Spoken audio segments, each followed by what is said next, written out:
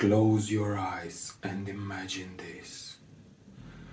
Picture mountains that touch the sky, beaches kissed by the sun, and ancient secrets whispered by the wind.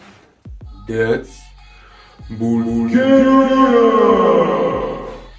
From Trajan warriors to mighty tsars, its history is wild, right told me.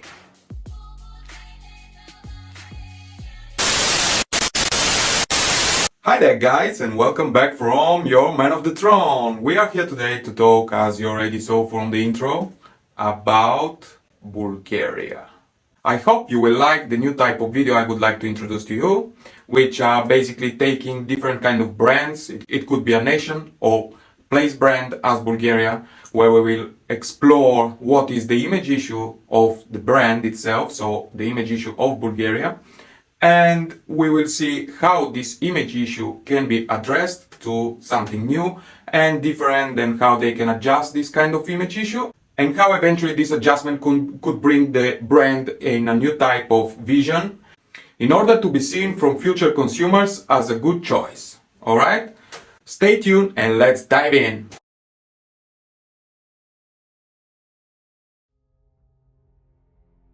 I would like to start from the history of Bulgaria. According to the Bulgarian embassy in London, we can see that the first Bulgars to inhabit the European land were back in 354 AD.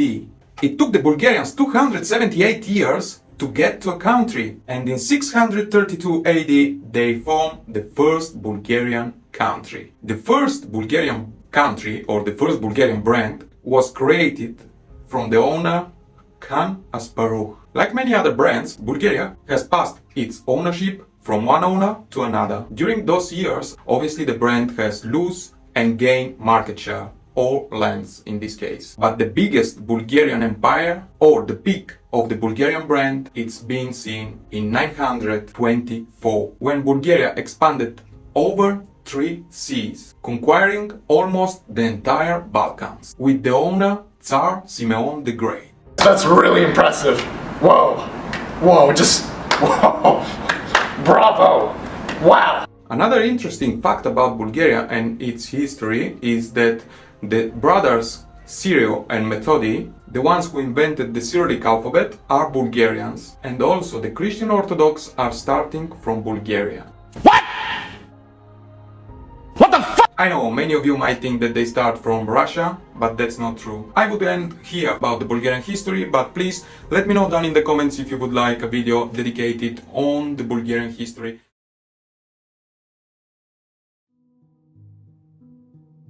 But now, let's look at the present of the country, or the brand. Looking at the Eurostat statistic in 2023, Bulgaria's GDP is the lowest one in the European Union, with a growth of 3.4% in 2022, and forecasted to be 1.5% in 2023, according to the European Commission. On the other hand, Bulgaria has one of the lowest corporate income tax in the European Union, following only Hungary, which has 9% tax, and Bulgaria stays at 10%. Bulgaria has also among the lowest personal income tax, which stands at 10% flat. What? Bro, what are you talking about, man? In order to be able to consider the country's brand properly, we have to look at the nation brand hexagon from Prof. Simon Untold. Unfortunately, Bulgaria is not included in the list, but according to an interview made in 2011, Professor Untold suggests that Bulgaria can easily stay between the number 32, which at that time was Czech Republic, and number 41, which at that time was Romania. He said that Bulgaria and Sofia might not be that popular as Czech Republic and Prague, but looking further, Bulgaria doesn't have the same issues of Romania and Ceausescu's regime. I mean, don't quote me for, those are words from Professor Untold. So, now that we understood the brand positioning of the country, or the place brand,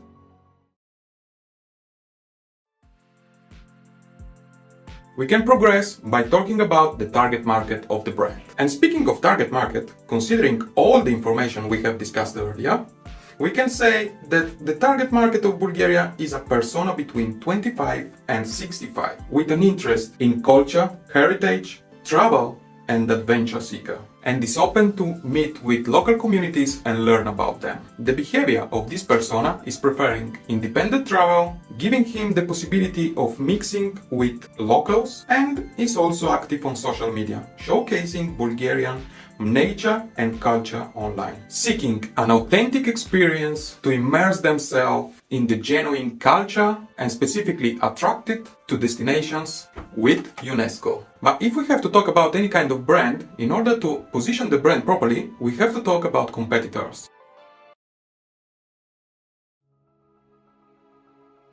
So, let's see the competitors. Bulgaria's key competitors are all East European countries, such as Belarus, Czechia, Hungary, Poland, the Republic of Moldova, Romania, part of Russia Federation, Slovakia and Ukraine, according to the UN statistics of 2023. Looking at the Engelhart's map, Bulgaria's competitors are all Orthodox countries such as Ukraine, Russia, Belarus, North Macedonia, etc. And speaking of competitors, let's see the point of parity and point of difference between Bulgaria and the competitive brands. Point of parity, or POPs, are the characteristics that a brand shares with its competitors. They are the things that consumers expect from a brand in that particular category. These POPs are important because they help to establish Bulgaria as a legitimate tourism destination in the East European market. By offering the same basic features as its competitors, Bulgaria can attract a wider range of tourists and establish itself as a strong contender in the region. The points of difference, on the other hand, or POTS, are the points which evidence the difference between the brand and its competitors. In this case, we will look at the differences between Bulgaria and the other East European countries. In comparison to other East European countries, Bulgaria offers a unique blend of rich history, natural beauty, affordability, warm hospitality, and sense of authenticity. Its spots, such as its less crowded tourism, unique culinary scene, emerging wine region, adventure travel opportunities, and spiritual retreat destination, makes from Bulgaria a unique place to go in holiday. But what is the problem? What is the image issue of the brand Bulgaria?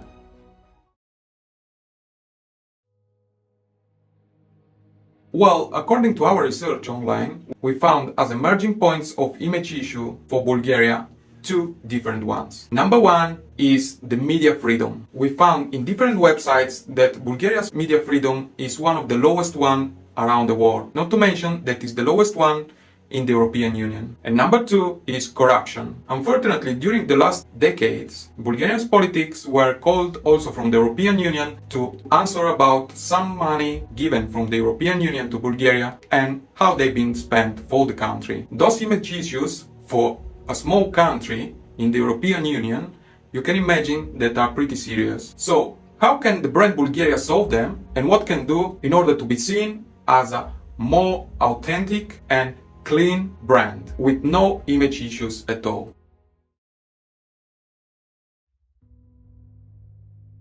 Now, in general, we saw everything about Bulgaria. Bulgaria seems to be a very beautiful country from the nature perspective, but from the other hand, we saw that Bulgaria has its image issues. In order to address that, I'm gonna give some ideas of what I think Bulgaria can do to address its image issues, so some kind of managerial recommendations. Please give it a thumbs up if you like the video till now, and let me know down in the comments what will be your point of vision about the future of Bulgaria and how they can solve this kind of image issues. Let's take it from the geographical perspective of Bulgaria. Bulgaria is yes in the European Union, is yes in Europe, but Bulgaria is at the borders of the European Union and at the borders of Europe as a continent. Okay, let's talk about co-branding. Co-branding is when two or more brands are working together to help one each other. In the case of Bulgaria, as I said initially, Bulgaria is the one who invented the Cyrillic, but the Cyrillic is also used by different countries, and one of them is Russia. Nowadays, I know there is a problem between Russia and NATO and the European Union, but eventually Bulgaria could be a good middleman between Russia and the European Union in regards to what is the import and export, which anyways is there. By working as a middleman between Russia and the European Union, Bulgaria can help the European Union to have a member inside of the European Union that is the only one dedicated to all the import and export from Russia and to Russia. From the other side, Russia will have to deal with only one country instead of the whole European Union when it comes to selling or buying products from the European Union. And thirdly, Bulgaria will benefit from this relationship which we'll have with Russia from one side and the European Union from the other, and help the country to become a more important member in the European Union and globally by giving Bulgaria secondary association. Secondary association in branding is when you work with a different kind of influencer or a brand and you take their image to be associated with your own brand. So by working with Russia and by working with the European Union and becoming one of the most important brands or countries inside of the European Union, Bulgaria can benefit from the image that other leader countries have to associate with Bulgaria. Therefore, Bulgaria will wipe out the image issue which has today. But this is my idea. Of course, it's not wonderful. Of course, it might not be the greatest one, but that's what I think it could work. So let me know down in the comments what you think about what is your idea to address the Bulgarians' image issue and how they can move on and become a better place to live in.